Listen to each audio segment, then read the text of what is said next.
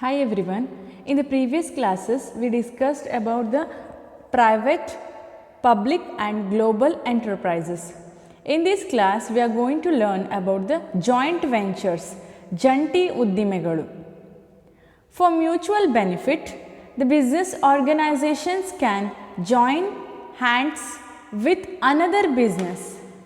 Okay? ಯಾವುದೇ ಸಂಸ್ಥೆಯು ಪರಸ್ಪರ ಅನುಕೂಲತೆಗಾಗಿ ಬೇರೊಂದು ವ್ಯವಹಾರ ಸಂಸ್ಥೆಯೊಂದಿಗೆ ಸೇರಿ ಕಾರ್ಯನಿರ್ವಹಿಸಬಹುದು.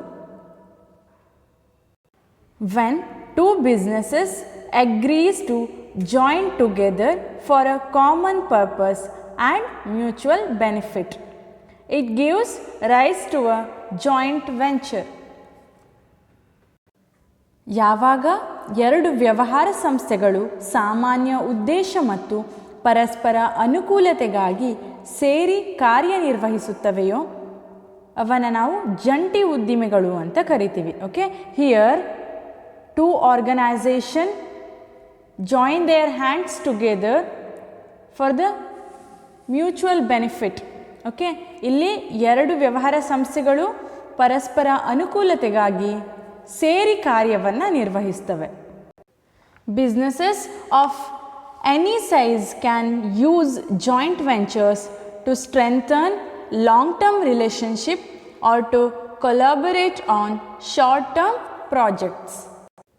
ಯಾವುದೇ ಗಾತ್ರದ ವ್ಯವಹಾರಿ ಸಂಸ್ಥೆಗಳು ದೀರ್ಘಾವಧಿಯ ಸಂಬಂಧವನ್ನು ಗಟ್ಟಿಗೊಳಿಸಲು ಅಥವಾ ಅಲ್ಪಾವಧಿಯ ಕೆಲಸವನ್ನು ಸೇರಿ ನಿರ್ವಹಿಸಲು ಜಂಟಿ ಉದ್ದಿಮೆ ಪ್ರಕಾರದ ಸಂಘಟನೆಯನ್ನು ಬಳಸಬಹುದಾಗಿವೆ. ಇಲ್ಲಿ ಏನು ಯಾವುದೇ ಗಾತ್ರದ ವ್ಯವಹಾರ ಸಂಸ್ಥೆಗಳಿರಬಹುದು, ಅವು ದೀರ್ಘಾವಧಿಯ ಸಂಬಂಧವನ್ನು ಉಳಿಸಿಕೊಳ್ಳಲು ಅಥವಾ ಅಲ್ಪಾವಧಿಯ ಕೆಲಸವನ್ನು ಸೇರಿ ನಿರ್ವಹಿಸಲು ಜಂಟಿ ಉದ್ದಿಮೆಯ ಪ್ರಕಾರವನ್ನು ಬಳಸ್ಕೊಳ್ಬಹುದು. A joint venture is also an agreement between two businesses in different countries. Okay, ಜಂಟಿ ಉದ್ದಿಮೆಯು ಎರಡು ದೇಶಗಳ ವ್ಯವಹಾರ ಸಂಸ್ಥೆಗಳ ನಡುವೆ ಆದ ಒಪ್ಪಂದದ ಮೂಲಕವೂ ಸ್ಥಾಪನೆಯಾಗಿರಬಹುದು. A joint venture can be flexible based on parties' requirements, and these need to be clearly stated in a joint venture agreement to avoid conflict at any stage. Here, the agreement will be formed and the needs or requirements are clearly stated because to avoid future conflicts. ಜಂಟಿ ಉದ್ದಿಮೆಯು ವ್ಯವಹಾರ ನಡೆಸುವ ಸಂಸ್ಥೆಗಳ ಅವಶ್ಯಕತೆಗಳಿಗೆ ಅನುಗುಣವಾಗಿ flexibility ಅಂತ ಹೇಳಿದ್ರೇನು, ನಮನೀಯತೆಯನ್ನು ಹೊಂದಿದೆ. ಹಾಗಾಗಿ ಮುಂದೆ ಬರಬಹುದಾದಂತಹ ಸಂಘರ್ಷಗಳನ್ನು ತಪ್ಪಿಸುವ ಸಲುವಾಗಿ ಈ ಜಂಟಿ ಉದ್ದಿಮೆಗಳ ಒಪ್ಪಂದದಲ್ಲಿ ಅವಶ್ಯಕತೆಗಳನ್ನು ಸ್ಪಷ್ಟವಾಗಿ ತಿಳಿಸಬೇಕಾಗ್ತವೆ. ಯಾಕೆ ಮುಂದೆ ಬರುವಂತಹ ಅಥವಾ ಮುಂದೆ ಎದುರಿಸುವಂತಹ ಕೆಲವೊಂದು ಸಂಘರ್ಷವನ್ನು ತಪ್ಪಿಸುವ ಸಲುವಾಗಿ ಅವಶ್ಯಕತೆಗಳನ್ನು ಒಪ್ಪಂದದಲ್ಲಿ ಸ್ಪಷ್ಟವಾಗಿ ತಿಳಿಸಬೇಕಾಗ್ತವೆ. A joint venture is the pooling of resources and expertise by two or more businesses, okay, to achieve a particular goal. Okay, it is pooling of resources and expertise. Okay, and for to achieve what particular goal. What about the risk and rewards? The risk and rewards of the business are shared. Okay, here the risk and rewards are shared. ಜಂಟಿ ಉದ್ದಿಮೆಯು ಒಂದು ನಿರ್ದಿಷ್ಟ ಗುರಿ ಸಾಧನೆಗಾಗಿ ಎರಡು ಅಥವಾ ಹೆಚ್ಚು ವ್ಯವಹಾರ ಸಂಸ್ಥೆಗಳು ತಮ್ಮ ಪರಿಣತಿ ಹಾಗೂ ಸಂಪನ್ಮೂಲವನ್ನು ಒಟ್ಟು ಸೇರಿಸುವುದಾಗಿವೆ. ಇದರಲ್ಲೇನು, ಎರಡು ಅಥವಾ ಹೆಚ್ಚು ವ್ಯವಹಾರ ಸಂಸ್ಥೆಗಳು ಒಂದು ನಿರ್ದಿಷ್ಟ ಗುರಿ ಸಾಧನೆಗಾಗಿ ತಮ್ಮ ಪರಿಣಿತಿ ಹಾಗೂ ಸಂಪನ್ಮೂಲವನ್ನು ಒಟ್ಟು ಸೇರಿಸುವುದಾಗಿವೆ. ಈ ವ್ಯವಹಾರದಲ್ಲಿ ಏನು, ನಷ್ಟ ಭಯ ಹಾಗೂ ಲಾಭಗಳನ್ನು ಹಂಚಿಕೊಳ್ಳಲಾಗ್ತವೆ. ಇಲ್ಲಿ ಎದುರಾಗುವಂತಹ ಅಥವಾ ಈ ವ್ಯವಹಾರದಲ್ಲಿ ಎದುರಾಗುವಂತಹ ನಷ್ಟ ಭಯ ಹಾಗೂ ಲಾಭಗಳನ್ನು ಎರಡೂ ವ್ಯವಹಾರ ಸಂಸ್ಥೆಗಳಲ್ಲಿ ಹಂಚಿಕೊಳ್ಳಲಾಗ್ತವೆ ಅಂತ ಹೇಳಬಹುದು. We discussed for mutual benefit business organization can join hands with another business. Okay, what is this mutual benefit? Okay, we'll see now. The reason behind the joint venture is, ಯಾಕೆ ಈ ಜಾಯಿಂಟ್ ವೆಂಚರ್ ಅಂತ ಹೇಳಿದ್ರೇನು, ಜಂಟಿ ಉದ್ದಿಮೆಗಳನ್ನು ಯಾಕಾಗಿ ಮಾಡ್ತವೆ? ಪರಸ್ಪರ ಅನುಕೂಲತೆಗಾಗಿ. ಯಾವ ಅನುಕೂಲತೆಗಳು? ಹೀಗೆ ನೋಡೋಣ. ಯಾಕಾಗಿ ಜಂಟಿ ಉದ್ದಿಮೆಗಳನ್ನು ಮಾಡಲಾಗ್ತವೆ ಅಂತ ನೋಡೋಣ. The reason behind the joint venture is, which includes business expansion, development of new products or moving in to new markets, particularly in another country. ಯಾಕೆ ಈ ಜಂಟಿ ಉದ್ದಿಮೆಗಳನ್ನು ಮಾಡಲಾಗ್ತವೆ ಅಂತ ಹೇಳಿದ್ರೆ, ಜಂಟಿ ಉದ್ದಿಮೆಗಳನ್ನು ಯಾಕಾಗಿ ಮಾಡ್ತವೆ? ಇವು ಮಾಡೋದ್ರಿಂದ ಏನಾಗ್ತವೆ ಅಂತ ಹೇಳಿದ್ರೆ, ವ್ಯವಹಾರದ ವಿಸ್ತರಣೆ ಆಗ್ತವೆ. ಜಂಟಿ ಉದ್ದಿಮೆಗಳನ್ನು ಮಾಡೋದ್ರಿಂದ ಇತರ ರಾಷ್ಟ್ರಗಳಲ್ಲಿ ವ್ಯವಹಾರದ ವಿಸ್ತರಣೆ, ಹೊಸ ಸರಕುಗಳ ಅಭಿವೃದ್ಧಿ ಅಥವಾ ಹೊಸ ಮಾರುಕಟ್ಟೆಯ ಪ್ರವೇಶವು ಈ ಉದ್ದಿಮೆಗಳ ಸ್ಥಾಪನೆಗೆ ಕಾರಣವಾಗಿರ್ತವೆ. ಯಾಕಾಗಿ ಜಂಟಿ ಉದ್ದಿಮೆಗಳನ್ನು ಸ್ಥಾಪನೆ ಮಾಡಲಾಗ್ತವೆ ಅಂತ ಹೇಳಿದ್ರೆ, ವ್ಯವಹಾರದ ವಿಸ್ತರಣೆಯ ಸಲುವಾಗಿ ಅಥವಾ ಹೊಸ ಸರಕುಗಳ ಅಭಿವೃದ್ಧಿ ಅಥವಾ ಹೊಸ ಮಾರುಕಟ್ಟೆಯ ಪ್ರವೇಶಕ್ಕಾಗಿ ಈ ಉದ್ದಿಮೆಗಳನ್ನು ಸ್ಥಾಪನೆ ಮಾಡಲಾಗಿರ್ತವೆ ಅಂತ ಹೇಳಬಹುದು. Nowadays, it is common for the companies to create joint ventures with other business.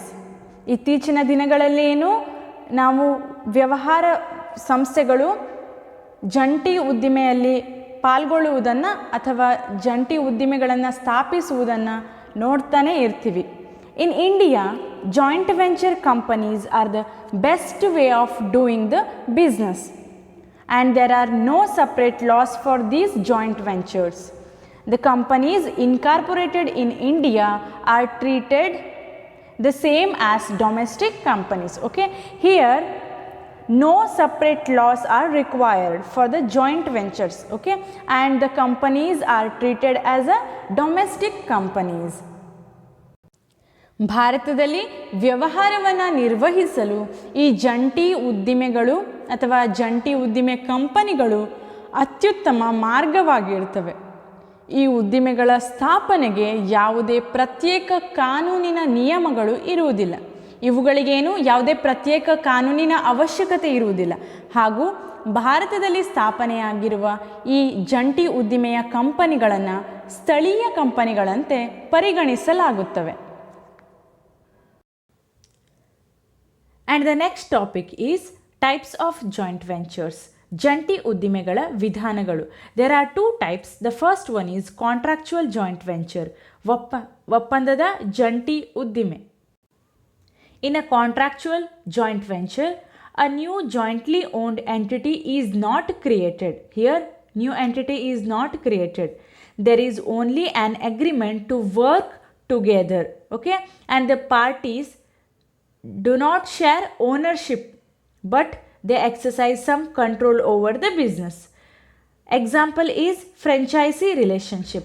It includes two or more parties having common intention of running the joint venture business, and each party brings some inputs, and both the parties exercise some control on the business ventures. ಇಲ್ಲಿ ಏನು, ಜಂಟಿ ಒಡೆತನದಲ್ಲಿರುವ ಘಟಕಗಳು ಹೊಸದಾಗಿ ಸ್ಥಾಪನೆ ಆಗುವುದಿಲ್ಲ. ಇಲ್ಲೇನು ಹೊಸದಾಗಿ ಘಟಕಗಳ ಸ್ಥಾಪನೆ ಆಗುವುದಿಲ್ಲ. ಹಾಗೂ ಪಾಲುದಾರರು ವ್ಯವಹಾರದ ಒಡೆತನವನ್ನು ಹಂಚಿಕೊಳ್ಳುವುದಿಲ್ಲ, ಆದರೆ ಕೆಲವು ನಿಯಂತ್ರಣಗಳನ್ನು ಹೊಂದಿರ್ತವೆ. ಉದಾಹರಣೆಗೆ ಫ್ರೆಂಚೈಸಿ ಸಂಬಂಧ. ಇವು ಏನೆಲ್ಲ ಎಲಿಮೆಂಟ್ಸ್ನ ಹೊಂದಿರ್ತವೆ ಅಂತ ನೋಡೋಣ. ಎರಡು ಅಥವಾ ಹೆಚ್ಚು ಪಾಲುದಾರರು ಸಾಮಾನ್ಯ ಉದ್ದೇಶದೊಂದಿಗೆ ವ್ಯವಹಾರವನ್ನು ಜಂಟಿಯಾಗಿ ನಡೆಸ್ತವೆ. ಎರಡು ಪಾಲುದಾರರು ಏನು, ಕೆಲವು ಸಂಪನ್ಮೂಲಗಳನ್ನು ತರ್ತಾರೆ. ಹಾಗೂ ಎಲ್ಲ ಪಾಲುದಾರರು ವ್ಯವಹಾರದ ಮೇಲೆ ನಿಯಂತ್ರಣವನ್ನು ಹೊಂದಿರ್ತಾರೆ. And the second one is equity based joint venture. Share ಆಧಾರಿತ ಜಂಟಿ ಉದ್ದಿಮೆಗಳು. An equity joint venture is the agreement, okay? It is one in which has a separate business entity. jointly owned by two or more parties is formed in accordance with the agreement of the parties. ಇದೊಂದು ಒಪ್ಪಂದವಾಗಿದ್ದು ಪ್ರತ್ಯೇಕ ವ್ಯಾಪಾರದ ಘಟಕವನ್ನು ಹೊಂದಿರ್ತವೆ. ಎರಡು ಅಥವಾ ಹೆಚ್ಚಿನ ಪಾಲುದಾರರಿಂದ ಜಂಟಿ ಒಡೆತನದಲ್ಲಿ ಇರ್ತವೆ ಹಾಗೂ ಇವು ಒಂದು ಒಪ್ಪಂದದ ಮೇರೆಗೆ ಸ್ಥಾಪಿತವಾಗಿವೆ. ಈ ಒಪ್ಪಂದದ ಪ್ರಕಾರ ಹೊಸದಾಗಿ ಒಂದು ಘಟಕ ಸ್ಥಾಪನೆ ಆಗಬೇಕು ಅಥವಾ ಯಾವುದೇ ಒಂದು ಪಾಲುದಾರರು ಈಗಾಗಲೇ ಇರುವ ಘಟಕದ ಒಡೆತನಕ್ಕೆ ಸೇರಿಕೊಳ್ಬೇಕು. ಹಾಗೆ ಇಲ್ಲಿ ಪಾಲುದಾರರು ಮಾಲೀಕತ್ವವನ್ನು ಹಂಚಿಕೊಳ್ತಾರೆ. ಪಾಲುದಾರರೇನು ಮಾಲೀಕತ್ವವನ್ನು ಹಂಚಿಕೊಳ್ತಾರೆ ಹಾಗೂ ವ್ಯವಸ್ಥಾಪನೆಯ ಹಂಚಿಕೆ, ಜವಾಬ್ದಾರಿಗಳ ಹಂಚಿಕೆ ಆಗ್ತವೆ. ಹಾಗೆ ಬಂಡವಾಳದ ಹೂಡಿಕೆ, ಹಣಕಾಸಿನ ವ್ಯವಸ್ಥೆಗಳು ಹಾಗೂ ಲಾಭ ನಷ್ಟಗಳು ಕೂಡ ಒಪ್ಪಂದದಂತೆ ಅವರು ಹಂಚಿಕೊಳ್ತಾರೆ. ಇಲ್ಲೇನು ಮಾಲೀಕತ್ವವನ್ನು, ವ್ಯವಸ್ಥಾಪನೆಯನ್ನು ಹಾಗೂ ಜವಾಬ್ದಾರಿಗಳನ್ನು ಹಂಚಿಕೊಳ್ತಾರೆ. ಹಾಗೆ ಬಂಡವಾಳದ ಹೂಡಿಕೆ, ಹಣಕಾಸಿನ ವ್ಯವಸ್ಥೆಗಳು ಹಾಗೂ ಲಾಭ ನಷ್ಟಗಳನ್ನು ಪಾಲುದಾರರು ಒಪ್ಪಂದದಲ್ಲಿ ಇರುವಂತೆ ಹಂಚಿಕೊಳ್ತಾರೆ. A joint venture must be based on a memorandum of understanding signed by both the parties, highlighting the basis of joint venture agreement. ಜಂಟಿ ಉದ್ದಿಮೆಯು ಇಬ್ಬರು ಪಾಲುದಾರರಿಂದ ಸಹಿ ಮಾಡಲ್ಪಟ್ಟ ಒಡಂಬಡಿಕೆ ಪತ್ರದ ಪ್ರಕಾರ ಕಾರ್ಯವನ್ನು ನಿರ್ವಹಿಸ್ತವೆ. ಅದಲ್ಲದೆ ಈ ಒಡಂಬಡಿಕೆ ಪತ್ರವು ಜಂಟಿ ಉದ್ದಿಮೆ ಒಪ್ಪಂದಕ್ಕೆ ಆಧಾರವಾಗಿರುತ್ತವೆ. And the joint venture agreement must also state that all necessary governmental approvals and licenses will be obtained within a specified period. ಜಂಟಿ ಉದ್ದಿಮೆ ಒಪ್ಪಂದವು ಅವಶ್ಯಕವಾದ ಸರ್ಕಾರದ ಎಲ್ಲ ಅನುಮತಿಗಳನ್ನು ಹಾಗೆ ಪರವಾನಗಿಗಳನ್ನು ನಿಗದಿತ ಸಮಯದೊಳಗೆ ಪಡೆದುಕೊಳ್ಳುವ ಬಗ್ಗೆ ತಿಳಿಸಬೇಕಾಗುತ್ತವೆ.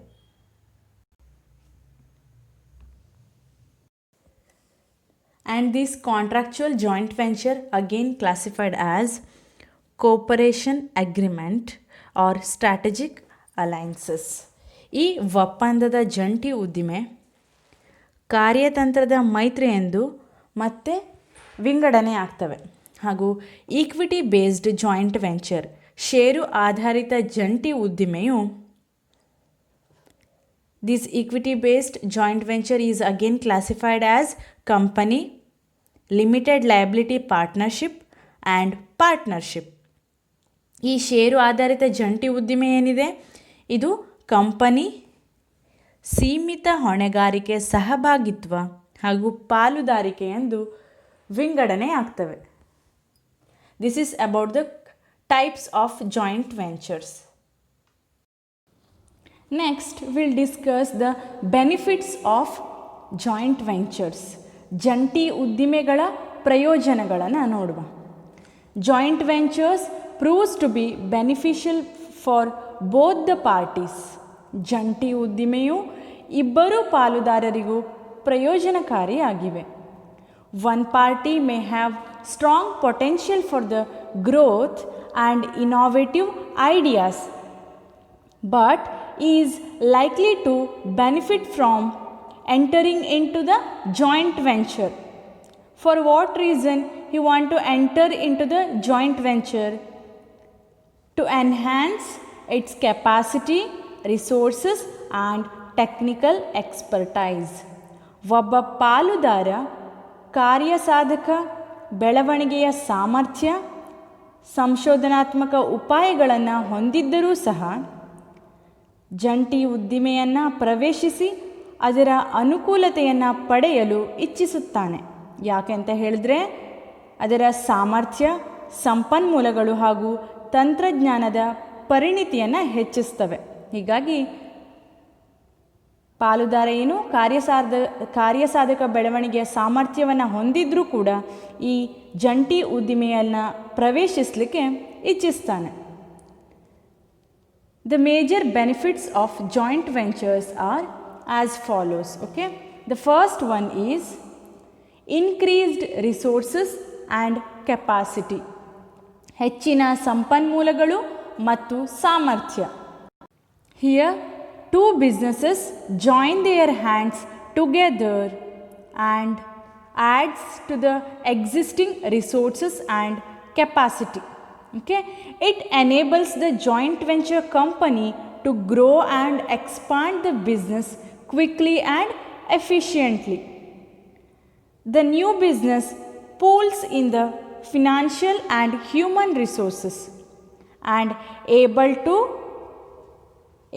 take or able to face any challenges prevailing in the market, and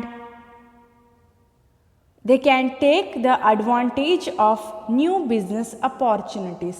Here the two business organization join their hands together or teaming up adds to existing resources and capacity, enables the joint venture company to grow and expand more quickly and efficiently. Okay, the new business pools in financial and human resources and is able to face any market challenges and to take the advantage of new opportunities.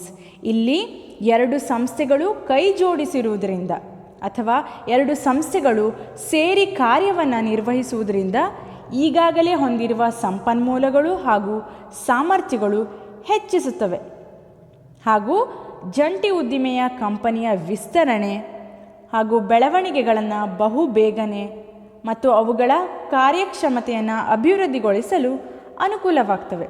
ಇವು ಏನು ಮಾಡ್ತವೆ, ಈಗಾಗಲೇ ಹೊಂದಿರುವ ಸಂಪನ್ಮೂಲ ಹಾಗೂ ಸಾಮರ್ಥ್ಯಗಳನ್ನು ಹೆಚ್ಚಿಸ್ತವೆ. ಯಾಕೆ ಅಂತ ಹೇಳಿದ್ರೆ ಎರಡು ಸಂಸ್ಥೆಗಳು ಕೈ ಜೋಡಿಸುವುದರಿಂದ ಏನಾಗ್ತವೆ, ಈಗಾಗಲೇ ಇರುವ ಸಂಪನ್ಮೂಲಗಳಿಗೆ ಎರಡು ಸಂಸ್ಥೆ ಕೈ ಜೋಡಿಸುವುದರಿಂದ ಸಂಪನ್ಮೂಲಗಳು ಹಾಗೂ ಸಾಮರ್ಥ್ಯ ಏನಾಗ್ತವೆ, ಹೆಚ್ಚಾಗ್ತವೆ.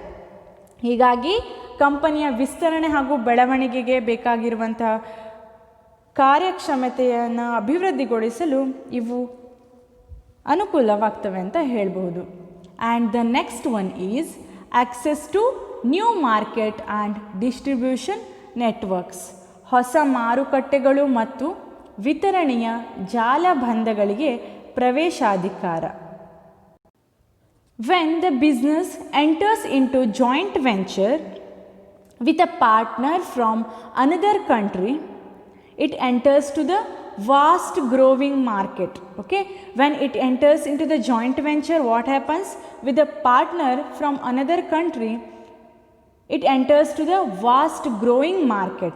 For example, when foreign companies form the joint venture, when foreign company form joint venture with the companies in India, it can access to the vast Indian market. Okay, if foreign companies form joint venture with the companies of India, it can access to the vast Indian market. If their products reached saturation point or if there is no demand for their products in the home country, the products can be easily sold in the new market. Okay, and they can take the advantage of already established distribution channels. Therefore, it saves the money because if they establish their own retail outlets or new distribution channels, it may be very expensive. Therefore, it takes the advantages of already established distribution channel. ಒಂದು ವ್ಯವಹಾರ ಸಂಸ್ಥೆ ಬೇರೆ ದೇಶದ ಪಾಲುದಾರರೊಂದಿಗೆ ಜಂಟಿ ಉದ್ದಿಮೆಯನ್ನು ಸ್ಥಾಪಿಸಿದಾಗ ಇವು ವಿಶಾಲವಾದಂತಹ ಮಾರುಕಟ್ಟೆಗೆ ಪ್ರವೇಶಿಸ್ತವೆ.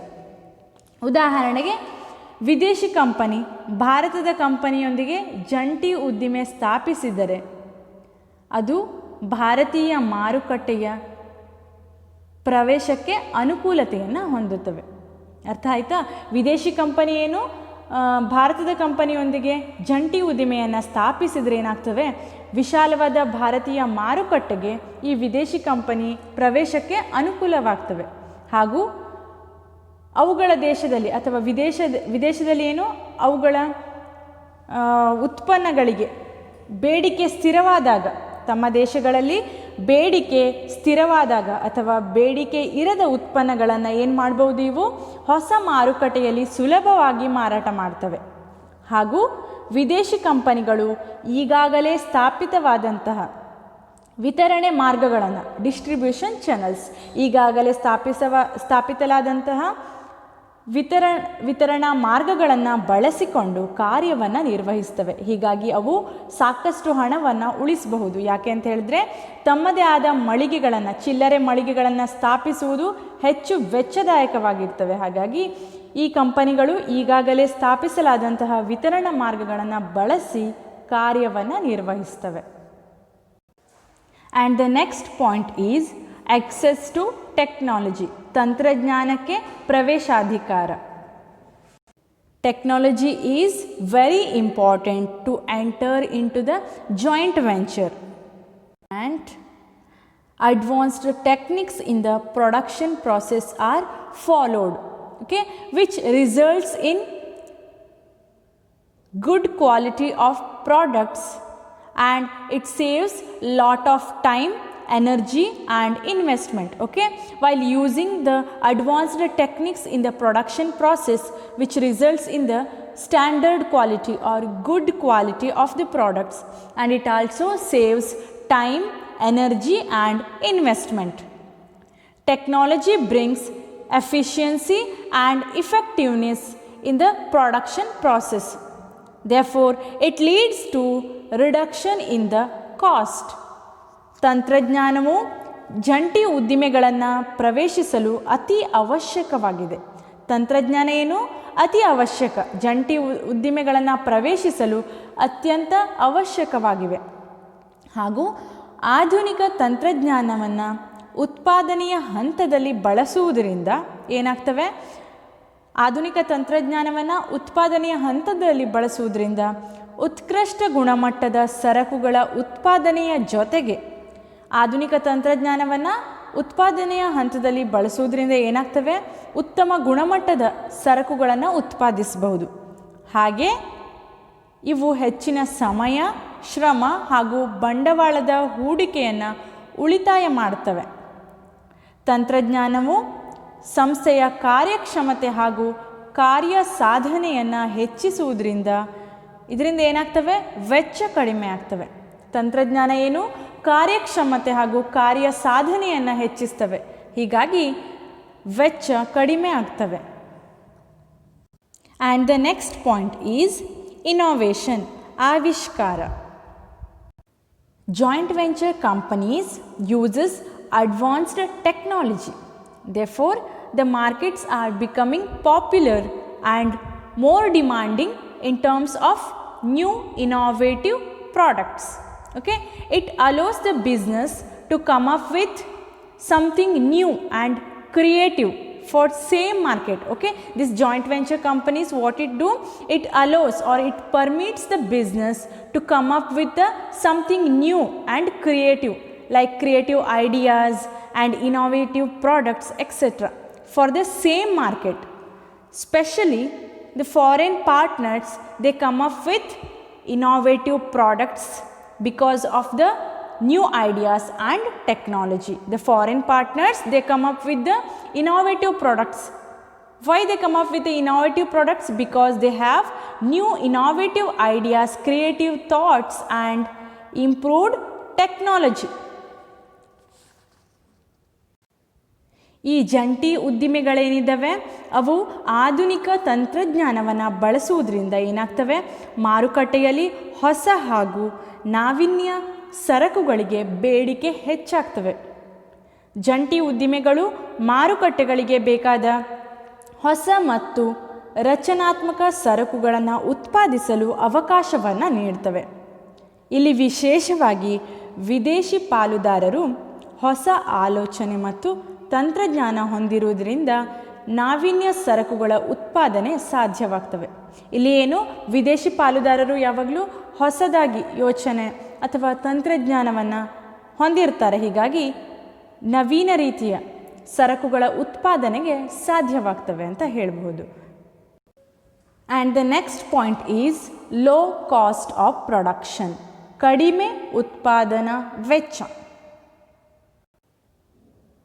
When the international companies invest in Indian companies or in India, when international corporation invest in India, they benefit immensely. Why? Due to the lower cost of production, and they are able to get quality products for their global requirements. India is becoming an important global source and extremely competitive in many products. Okay, when the international companies invest in India, they benefits from the lower cost of production. ಅಂತಾರಾಷ್ಟ್ರೀಯ ಸಂಸ್ಥೆಗಳು ನಮ್ಮ ಭಾರತದಲ್ಲಿ ಹೂಡಿಕೆ ಮಾಡಿದಾಗ ಅವು ಕಡಿಮೆ ಉತ್ಪಾದನಾ ವೆಚ್ಚದಿಂದ ಅಪಾರವಾದಂತಹ ಪ್ರಯೋಜನವನ್ನು ಪಡಿತವೆ. ಹಾಗೆ ಅವು ತಮ್ಮ ಜಾಗತಿಕ ಅವಶ್ಯಕತೆಗಳಿಗೆ ಬೇಕಾದ ಗುಣಮಟ್ಟದ ಸರಕುಗಳನ್ನು ಪಡೆಯುತ್ತವೆ. ಭಾರತವು ಒಂದು ಪ್ರಮುಖ ಜಾಗತಿಕ ಮೂಲವಾಗಿದ್ದು ಅಧಿಕ ಪೈಪೋಟಿಯುಕ್ತ ಸರಕುಗಳನ್ನು ಉತ್ಪಾದಿಸುತ್ತವೆ. There are many reasons for this. There are many reasons for the low cost of production, because low cost of raw materials and labor, technically qualified workforce, management professionals, excellent manpower in different areas. Okay, they are like lawyers, chartered accountants, engineers, scientists, etc. Okay, here the reason behind this is low cost of raw materials, labors, technically qualified workforce, management professionals, excellent manpower. The international partner thus gets the products of required quality and specification. Thus, the international companies, corporations, they are getting the products which is good quality products and specifications at a low cost compared to their home country. Okay, here international corporations, they are getting high quality products and specification at the low rate or low cost compared to their home country.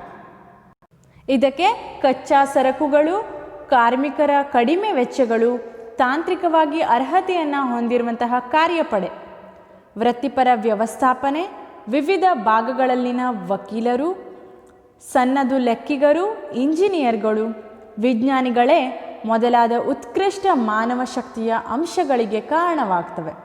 ಆದ್ದರಿಂದ ಈ ಅಂತಾರಾಷ್ಟ್ರೀಯ ಪಾಲುದಾರರು ಅಥವಾ ಅಂತಾರಾಷ್ಟ್ರೀಯ ಸಂಸ್ಥೆಗಳೇನಿದ್ದಾವೆ ಅವರ ದೇಶದ ಸ್ಥಳೀಯ ಮಾರುಕಟ್ಟೆಗೆ ದೊರೆಯುವಂತಹ ವಸ್ತುಗಳೇನು ಹೆಚ್ಚಿನ ಮೌಲ್ಯವನ್ನು ಹೊಂದಿರ್ತವೆ. ಹಾಗಾಗಿ ಇವು ನಮ್ಮ ದೇಶದಲ್ಲಿ ಅತ್ಯಂತ ಗುಣಮಟ್ಟದ ಹಾಗೂ ವಿಶಿಷ್ಟತೆಯ ಸರಕುಗಳನ್ನು ಕಡಿಮೆ ವೆಚ್ಚದಲ್ಲಿ ಪಡಿತವೆ. ಅಂತಾರಾಷ್ಟ್ರೀಯ ಪಾಲುದಾರರು ದೇಶದ ಸ್ಥಳೀಯ ಮಾರುಕಟ್ಟೆಯಲ್ಲಿ ಸಿಗುವಕ್ಕಿಂತ ಬಹಳಷ್ಟು ಕಡಿಮೆ ವೆಚ್ಚದಲ್ಲಿ ಅಗತ್ಯವಾದ ಗುಣಮಟ್ಟ ಹೊಂದಿರುವಂತಹ ಹಾಗೂ ವಿಶಿಷ್ಟತೆಯ ಸರಕುಗಳನ್ನು ಪಡಿತಾರೆ. And the last one is established brand name, ಸ್ಥಾಪಿತ ಮುದ್ರೆಯ ಹೆಸರು. When the two businesses enter into the joint venture, okay, both the parties benefits, or one of the parties benefits from the other's goodwill, okay, which has already been established in the market. While entering into the joint venture, one of the parties benefits from the other's goodwill. ಎರಡು ವ್ಯವಹಾರ ಸಂಸ್ಥೆಗಳು ಜಂಟಿ ಉದ್ದಿಮೆಯನ್ನು ಸ್ಥಾಪಿಸಿದಾಗ ಒಬ್ಬ ಪಾಲುದಾರನು ಈಗಾಗಲೇ ಮಾರುಕಟ್ಟೆಯಲ್ಲಿ ನೆಲೆಗೊಂಡಿರುವ ಇನ್ನೊಬ್ಬ ಪಾಲುದಾರನ ಕೀರ್ತಿ ಮೌಲ್ಯ ಅಥವಾ ಪ್ರತಿಷ್ಠೆಯಿಂದ ಅನುಕೂಲ ಪಡಿತಾನೆ. ಇಲ್ಲಿ ಏನು, ಎರಡು ಸಂಸ್ಥೆಗಳು ಜಂಟಿ ಉದ್ದಿಮೆಯನ್ನು ಸ್ಥಾಪಿಸಿದಾಗ ಏನು, ಒಬ್ಬ ಪಾಲುದಾರ ಇನ್ನೊಬ್ಬ ಪಾಲುದಾರನ ಕೀರ್ತಿ ಮೌಲ್ಯ ಹಾಗೂ ಪ್ರತಿಷ್ಠೆಯನ್ನು ಹೊಂದುವ ಅನುಕೂಲವನ್ನು ಪಡಿತಾನೆ ಅಂತ ಹೇಳ್ಬೋದು. ಜಂಟಿ ಉದ್ದಿಮೆಯನ್ನು ಭಾರತೀಯ ಕಂಪನಿಯೊಂದಿಗೆ ಭಾರತದಲ್ಲಿ ಸ್ಥಾಪನೆ ಮಾಡಿದರೆ ಭಾರತೀಯ ಕಂಪನಿಯು ತನ್ನ ಸರಕುಗಳ ಬೇಡಿಕೆಯನ್ನು ಹೆಚ್ಚಿಸಲು ಅಥವಾ ವಿತರಣೆಯ ವ್ಯವಸ್ಥೆಗಾಗಿ ಯಾವುದೇ ಸಮಯ ಅಥವಾ ಹಣವನ್ನು ವ್ಯಯ ಮಾಡಬೇಕಾದ ಅವಶ್ಯಕತೆ ಇರುವುದಿಲ್ಲ. Here one party benefits or enjoys others' goodwill.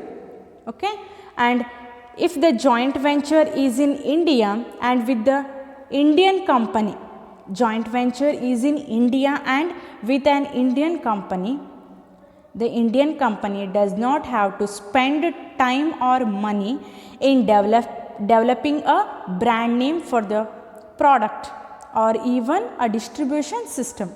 Okay, Indian company does not have to spend their money, time for the development of the products and brand name for the products and even a distribution system. There is a ready market waiting for the products to be launched. A lot of investment is saved in this process. Okay, the ready market is waiting for the product and lot of investment is saved in this process. ಈ ಜಂಟಿ ಉದ್ದಿಮೆಯನ್ನು ಭಾರತೀಯ ಕಂಪನಿಯೊಂದಿಗೆ ಭಾರತದಲ್ಲಿಯೇ ಸ್ಥಾಪನೆ ಮಾಡಿದರೆ ಭಾರತೀಯ ಕಂಪನಿಯು ತನ್ನ ಸರಕುಗಳ ಬೇಡಿಕೆಯನ್ನು ಹೆಚ್ಚಿಸಲು ಅಥವಾ ವಿತರಣೆಯ ವ್ಯವಸ್ಥೆಗಾಗಿ ಯಾವುದೇ ಸಮಯ ಅಥವಾ ಹಣಕಾಸಿನ ವ್ಯಯವನ್ನು ಮಾಡಬೇಕಾದ ಅವಶ್ಯಕತೆ ಇರುವುದಿಲ್ಲ. ಮುಂದೆ ಬಿಡುಗಡೆ ಮಾಡಬೇಕಾದ ಸರಕುಗಳಿಗೆ ಮಾರುಕಟ್ಟೆಯು ಸಿದ್ಧವಾಗಿರ್ತವೆ ಹಾಗೂ ಈ ಪ್ರಕ್ರಿಯೆಯು ಬಹಳಷ್ಟು ಹಣದ ಹೂಡಿಕೆಯನ್ನು ಉಳಿತಾಯ ಮಾಡ್ತವೆ. And we'll discuss the last concept of your third chapter, that is public-private partnership, ಸಾರ್ವಜನಿಕ ಖಾಸಗಿ ಪಾಲುದಾರಿಕೆ. Okay, it is a relationship between the public and private sector for the allocation and completion of development projects. ಇವು ಸಾರ್ವಜನಿಕ ಹಾಗೂ ಖಾಸಗಿ ರಂಗದ ನಡುವಿನ ಸಂಬಂಧವಾಗಿದ್ದು ಅಭಿವೃದ್ಧಿ ಹೊಂದುವ ಯೋಜನೆಗಳ ಹಂಚಿಕೆ ಹಾಗೂ ಪೂರ್ಣಗೊಳ್ಳುವಿಕೆಯಲ್ಲಿ ಪಾತ್ರವನ್ನು ವಹಿಸ್ತವೆ. The public partners in this system are government entities, that is ministries, government department, municipalities or state owned enterprises. ಸಾರ್ವಜನಿಕ ಪಾಲುದಾರರು ಸರ್ಕಾರಿ ಘಟಕವಾಗಿರ್ತವೆ. ಅವು ಯಾವುದೆಂದರೆ ಸಚಿವಾಲಯಗಳು, ಸರ್ಕಾರಿ ಇಲಾಖೆಗಳು, ಪುರಸಭೆ ಹಾಗೂ ಸರ್ಕಾರಿ ಸ್ವಾಮ್ಯದ ಉದ್ಯಮಗಳಾಗಿರ್ತವೆ. And the private partners can be local or foreign and includes business or investors with technical and financial expertise relevant to the projects. ಖಾಸಗಿ ಪಾಲುದಾರರು ಅಂತಾರಾಷ್ಟ್ರೀಯ ಅಥವಾ ಸ್ಥಳೀಯರಾಗಿರ್ತಾರೆ. ಇವು ಯೋಜನೆಗಳಿಗೆ ಸಂಬಂಧಿಸಿದ ವ್ಯವಹಾರವನ್ನು, ಹೂಡಿಕೆದಾರನನ್ನು, ತಾಂತ್ರಿಕ ಅಥವಾ ಆರ್ಥಿಕ ಪರಿಣತಿ ಹೊಂದಿರುವವರನ್ನು ಈ ಇಲಾಖೆ ಹೊಂದಿರ್ತವೆ. ಈ ಪಬ್ಲಿಕ್ ಪ್ರೈವೇಟ್ ಪಾರ್ಟ್ನರ್ಶಿಪ್ ಅಥವಾ ಸಾರ್ವಜನಿಕ ಖಾಸಗಿ ಪಾಲುದಾರಿಕೆ ಹೊಂದಿರ್ತವೆ. And it also includes NGO or community based organization who are the stakeholders directly affected by the project. ಇವು NGO ಅಥವಾ ಸಮುದಾಯದ ಸಂಸ್ಥೆಗಳನ್ನು ಹೊಂದಿರ್ತವೆ ಹಾಗೂ ಇಲ್ಲಿ ಮಧ್ಯಸ್ಥಗಾರರು ಯೋಜನೆಗೆ ನೇರವಾಗಿ ಬಾಧಿತರಾಗಿರ್ತಾರೆ. Therefore, public-private partnership is a relationship between public and private entities. ಹಾಗಾಗಿ ಈ ಸಾರ್ವಜನಿಕ ಹಾಗೂ ಖಾಸಗಿ ರಂಗದ ಘಟಕಗಳಿಗೆ ಸಂಬಂಧಿಸಿರುತ್ತವೆ. Here, public sector plays an important role and ensures social obligations that are fulfilled and the sector reforms and public investments are successfully met. Okay, ಇಲ್ಲೇನು ಸಾರ್ವಜನಿಕ ರಂಗ ಬಹುಮುಖ್ಯ ಪಾತ್ರವನ್ನು ನಿರ್ವಹಿಸುತ್ತದೆ. ಇವು ಸಾಮಾಜಿಕ ಬಾಧ್ಯತೆಯನ್ನು ಪೂರೈಸುವ ಸಲುವಾಗಿ ಸಾರ್ವಜನಿಕ ಬಂಡವಾಳವನ್ನು ಹಂಚಿಕೆ ಮಾಡ್ತವೆ. The government role is the form of capital for the investment and transfer of assets and also social responsibility, environmental awareness and local knowledge. ಸರ್ಕಾರದ ಪಾತ್ರ ಏನು ಅಂತ ಹೇಳಿದ್ರೆ ಬಂಡವಾಳದ ಹಂಚಿಕೆ ಹಾಗೂ ಸ್ವತ್ತುಗಳ ವರ್ಗಾವಣೆ ಮತ್ತು ಸಾಮಾಜಿಕ ಜವಾಬ್ದಾರಿ, ಪರಿಸರದ ಕಾಳಜಿ ಹಾಗೂ ಸ್ಥಳೀಯ ಜ್ಞಾನವನ್ನು ಬೆಳೆಸುವುದಾಗಿರ್ತವೆ. The private sector role is make use of its expertise in operation, managing the task and innovation in the business. ಖಾಸಗಿ ರಂಗದ ಪಾತ್ರ ಏನು ಅಂತ ಹೇಳಿದ್ರೆ ಕಾರ್ಯಚಟುವಟಿಕೆಯಲ್ಲಿ ಪರಿಣತಿಯನ್ನು ಬಳಸಿಕೊಂಡು ಕಾರ್ಯಗಳ ವ್ಯವಸ್ಥಾಪನೆ ಹಾಗೂ ವ್ಯವಹಾರದಲ್ಲಿ ಆವಿಷ್ಕರಣೆಯನ್ನು ಮಾಡುವುದಾಗಿರ್ತವೆ. And this public private partnership which includes power generation and distribution, water and sanitation, refuse disposal, pipelines, hospitals, school buildings, teaching facilities, stadiums, air traffic control, railways, roads, billing and other information technology system and housing. ಈ ಸಾರ್ವಜನಿಕ ಖಾಸಗಿ ಪಾಲುದಾರಿಕೆಯು ನವೀಕರಿಸಬಹುದಾದ ಇಂಧನಕ್ಕೆ ಬದಲಾವಣೆ, ನೀರು ಮತ್ತು ನೈರ್ಮಲ್ಯ, ವಿಲೇವಾರಿ ನಿರಾಕರಿಸುವುದು, ಪೈಪ್ಲೈನ್ಗಳು, ಆಸ್ಪತ್ರೆ, ಶಾಲಾ ಕಟ್ಟಡಗಳು, ಕ್ರೀಡಾಂಗಣ, ವಾಯು ಸಂಚಾರ ನಿಯಂತ್ರಣಾಲಯ, ರೈಲ್ವೆ, ರಸ್ತೆ, ಮಾಹಿತಿ ತಂತ್ರಜ್ಞಾನ ಹಾಗೂ ವಸತಿ ಇವುಗಳ ಅಭಿವೃದ್ಧಿಗೆ ಸ್ಪಂದಿಸುತ್ತವೆ. And these all about your third chapter. Once again we'll recall the concept we covered. We discussed about the forms of organizing public sector enterprises, that is about departmental undertakings, statutory corporation, government company, about the changing role of public sector and global enterprises, about the joint ventures and finally public private partnership. ನಾವು ಈ ಅಧ್ಯಾಯದಲ್ಲಿ ಇಲಾಖಾ ಉದ್ದಿಮೆಗಳು, ಶಾಸನಬದ್ಧ ನಿಗಮಗಳು, ಸರ್ಕಾರಿ company, ಸರ್ಕಾರದ ಬದಲಾಗುತ್ತಿರುವ ಪಾತ್ರಗಳು, ಜಾಗತಿಕ ಉದ್ದಿಮೆಗಳು, ಜಂಟಿ ಉದ್ದಿಮೆಗಳು ಹಾಗೂ ಲಾಸ್ಟ್ ಸಾರ್ವಜನಿಕ ಖಾಸಗಿ ಪಾಲುದಾರಿಕೆಯನ್ನು ನೋಡಿದ್ವಿ. This all about your third chapter. About the next chapter we'll discuss in the next classes. Thank you.